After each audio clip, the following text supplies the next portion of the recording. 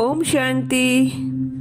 आइए सभी मिलकर सुनते हैं कहानी शेर आया शेर आया।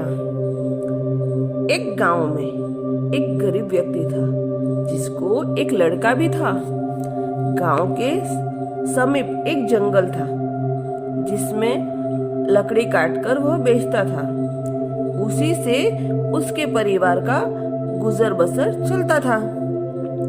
लड़का भी प्रतिदिन उसके पिता के साथ जंगल में जाता था। गांव के अन्य लोग भी जंगल में लकड़ी काटने जाते थे। एक दिन लकड़ी काटते समय लड़के को कुछ मजाक सूझी। उसने अचानक से शेर शेर कहकर ऊंचे स्वर में आवाज लगाना शुरू कर दी। उसकी आवाज सुनकर सभी लकड़हारे घबरा गए और उस लड़के के पास इकट्ठे हो गए।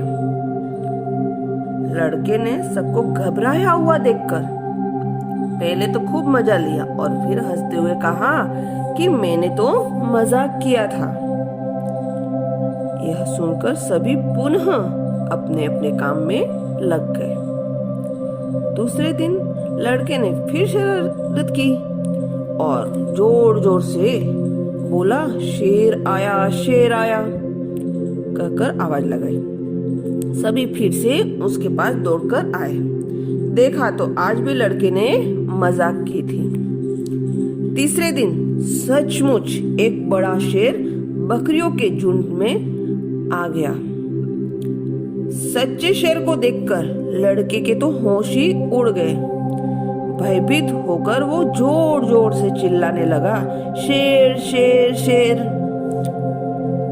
इस बार किसी ने भी उसकी बात को विश्वास नहीं किया। सभी ने समझा कि लड़का अभी भी मजाक ही कर रहा है और कोई भी उसकी मदद के लिए नहीं आया। जब उन्हें पता चला कि आज सचमुच में शेर आया है तो वे लड़के के पास दौड़कर पहुंचे, परंतु बहुत देर हो चुकी थी। लड़का बुरी तरह से घायल हो चुका था। इस कहानी का भावार्थ है कि झूठ बोलना कितना खतरनाक हो सकता है, लेकिन शिव बाबा इस कहानी का मिसाल देकर एक चेतावनी प्रस्तुत करते हैं।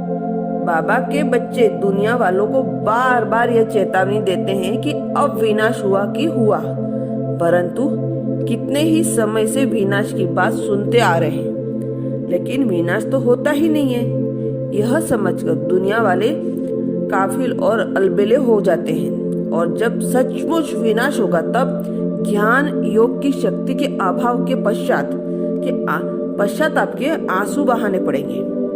जानते हुए भी सब कुछ नहीं कर सकेंगे, इस बात का गम है। अच्छा, ओम शांति।